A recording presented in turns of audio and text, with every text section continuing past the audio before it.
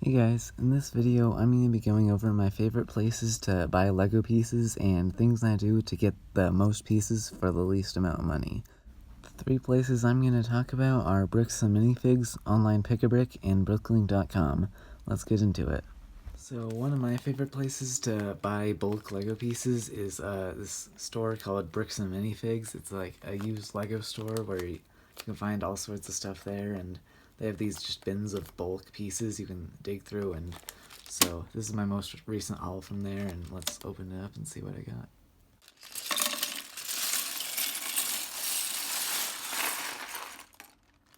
Alright, so I ended up getting 755 pieces for $25, which rounds out to be about 3 cents per piece, which is really good. That's definitely the best I've gotten. I got a bunch of small pieces this time, so usually it's only about 500 pieces for a $25 bag, but yeah, you definitely get a lot more than you would just buying online. So you got a lot of just gray slopes, some plates, and a few tiles. I got a bunch of dark brown pieces, which I was actually surprised to have that, since that's usually pretty rare. I decided to get them out of medium nougat, which I was glad to find, since that's usually expensive in bulk. And got a few Technic pieces, some like snot bricks and brackets and stuff, a bunch of dark tan, which is always useful for landscaping. I also got some dark orange, because that's also kind of hard to find in high quantities, and just some green for landscaping, and a bit of orange for my delicate arch mock. And lastly, I just wanted to show you some of the like special pieces I was able to find there. Starting off, I found this crate, which usually they're selling these separately for like 50 cents each, but occasionally you find them in the bulk bins and you can get them for super cheap. Also, these little corner pieces are pretty new, and I found a few of those, which are definitely nice. Also got this printed keyboard tile, which is nice. This plate is reddish orange, which they only started making this year, so it was cool to find that. Got this like printed dish, which will just be fun for doing like greebling, stuff like that. I found two of these metallic silver like ball pieces that are, I don't know what I'm gonna do with them, but they look pretty cool. And I also got this rubber band, which usually you don't find stuff like that, so that was nice. This like, I don't know, Technic rotation thing is pretty new, so I got one of those. This clear slope hasn't been made since like 1980, so I thought I'd get that since it's rare. Also, this little like car hood thing is in copper actually, which they haven't made for like 20 years, so thought I'd get that. This it looks black on camera, it's actually dark brown, and it's just a weird piece and in a uncommon color, so I thought I'd pick it up because it's probably rare. This is also just a new piece you usually don't see. These, I don't have any of these because they're brand new, so I thought I'd pick up a few of those. Also, this whole thing is super useful and pretty new. Yeah, same with this and that, yeah. This, it looks medium nougat on camera, but it's actually slightly different. It's, I don't know what it's called, but it's definitely be fun for landscaping and try and get more in that color. And this, they used to make it like 10 years ago, and they only brought it back into production like this year, so it's still pretty rare, and so I thought I'd get that too. And I'd say usually with each time I buy a bag, I usually get a few of these like uncommon or rare or just interesting, really useful pieces. By far the most expensive piece I've ever found there is this like cockpit piece. It was from I think it was the 2007 MTT, and it's worth like 15 bucks each because it was only in that one set. So that was definitely a fun find. I actually didn't know it was worth this much for like 2 years until finally found out, but you can definitely find some cool stuff there.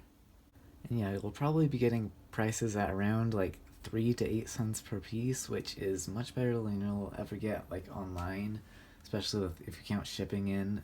This is definitely one of the best prices you'll ever find for Lego pieces, and generally they're actually in pretty good condition. Like occasionally you'll get ones with like bite marks and cracks, but usually they're looking pretty good. Maybe some light scratching, but it's not a big deal. Occasionally you also might get a few non-Lego pieces, but I actually haven't found any in this order, so that's pretty good. And they also do a VIP thing. They call it something different, but it's like Lego where you can get points and get money off. And something they were doing this year in October is this pumpkin bucket, which it's $30, but then once you buy it once, they bring it down to $12.50, so you can bring it back and buy it again, and it's only $12.50 for each time you bring it for the rest of the year. So that's definitely apparently it's like the best deal they do. So if it's still October when you're watching this, I definitely run over and see if they're doing this at your store. And as far as I know, Bricks and Minifigs is only a North America thing, but I'd say it's still worth checking out if there's any other Lego resale stores near you, because I'd imagine they'd have similar things. Moving on to other places I buy Lego, one of which is Pick-a-Brick, and what I like about Pick-a-Brick is that you can find any piece that's still in production and buy as many of them as you need. They also have lots of minifig parts on there, much cheaper than they would be on Bricklink. Unfortunately, though, nothing that is copyrighted, so like no Star Wars stuff, but they still got a bunch of good minifig parts on there. Another thing I like about Pick-a-Brick is that if you spend more than $35, you can get free shipping, which I always do. Yeah, I think it's worth it to save that money, though standard orders do take a really long time to ship, so be aware of that. The only other negative thing I would say about Pick-a-Brick is that it seems to have a higher price per piece most of the time. Obviously, it depends on what you're buying. Like, minifig prices are much better than Bricklink, but I just feel like part prices really add up a lot faster on Pick-a-Brick than they do on Bricklink, though with free shipping and VIP points can negate that. So in the end, what I like to do with Pick-a-Brick is only buy like uncommon parts, like either like new parts or just they haven't appeared on a lot of sets, and then also any parts I need in like high quantities where it's hard to find anywhere else. And then for like the more common stuff, I use Bricks and Minifigs and Bricklink. And Bricklink is nice because they have like minifigs and retired sets and pieces that you can't find on Pick-a-Brick. And what I usually like to do is I'll just pick like one set or minifig or rare piece that I want to get on Bricklink, and then I'll just go to that store and see whatever else they have that I want. And because there are lots of people selling on Bricklink, usually you can find people with better price per pieces than Lego.com. And I haven't tried this, but one way I've noticed you can get some really cheap pieces is if you go on Bricklink to a set and buy it without minifigs. Usually it's a whole lot cheaper, and you can get some really good prices just because they've taken the minifigs out. I think it mostly only works for Star Wars stuff, since Star Wars minifigs are usually worth a lot more than most, but I'm sure it works for a few other themes too. And Bricklink's biggest downside is that you have to pay shipping, but in the end I think it ends up being worth it most of the time.